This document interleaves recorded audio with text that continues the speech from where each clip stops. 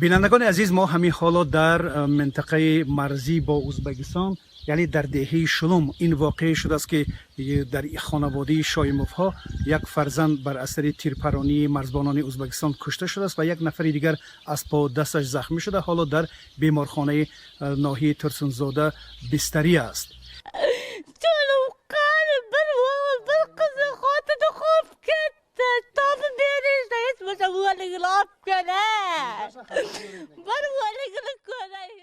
همکنون با آنکه از وقوع این حادثه 3 روز می‌گذرد، اما تاکنون مرزبانان ازبک جسد اهل‌دین شایموف را برنگردانیدند. همه روز گفته، همه روز هم نیست، دینا هم نیست. در کجا اصل جسد بچه شما در کجا در طرف ازبکستان یا تو ازبکستان؟ در ازبکستان. همین پاریدگی وقتی بچه مردگی اونا گرفته بردن. این این واقعی که رخ داده است، طوری که والدان اصل‌دین شایموف و روزی شایموف نقل میکنند، یعنی در منطقه رخ داده است که در آنجا یک قطعه هنوز هم برای تاجیکستان و هم ازبکستان ناروشن است، هنوز تشخیص و نقطه گذاری نشده است. اما حادثه تیرپرانی تقریبا در 500 متر واردی، یعنی داخل قلمرو تاجیکستان رخ داده است و در نتیجه یک خرخشه که رخ داده است و طلبی که مرزبانان ازبکستان کردن، اصل‌دین شایموف با تیر کشته شده.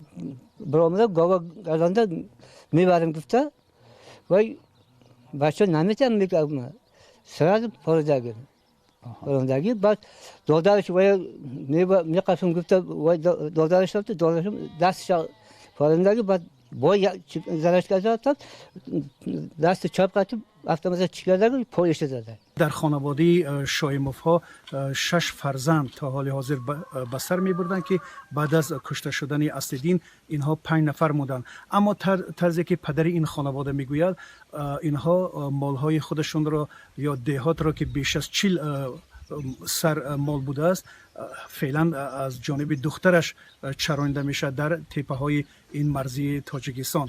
دهه شلم در 80 کیلومتری شهر دوشنبه قرار دارد و ساکنان اینجا اصلا به مالداری و همطوری که گفتم با چوپانی مشغول هستند. روزی شایموف برادر اصل‌دین شایموف که از طرف مرزبانان ازبک کشته شد، در بیمارخانه مرکزی شهر ترسونزاده با دست و پای زخمی بستری شده است. خیلی آمد که پرا از حرکت گذشته آمد سلطنت ازبکستان گذشت آمد که گام نزد، یگان چی گام نزد که راست آمد که گواه های میکنه، های کرده سود اکم گفت های نک گفت گام نزد، سلطنت ازبکستان گام نزد. اما خیلی اکم کانتر نزدیک شد که پارون یک تیر زد، اکم رسید نرسید نمیدونم، اکم هم خیلی خوب کرد. بعد مرا کانتر نزدیک شد، اما خیلی کانتر نزدیک شد که مرا پارون دستم زد.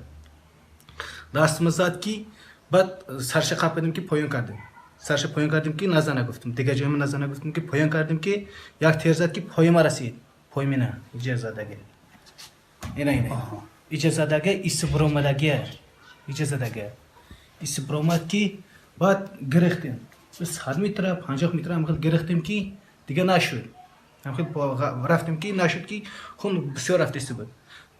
رئیس شیشتیم که بعد یک بچه اومد که از کجا پیدا شد نمیدونم، گفتیم که بیا که باند، گفتیم که خون بسیار رفته است، خون ما گم کنم یا حالا یا کار میشه. گفتم اومد که دستم داد چی بود میانم ده بیا باند، گفتم اینجا بانده آخرشتن بوده اینجا بانده، گفتیم که خون بسیار نرفته گفته.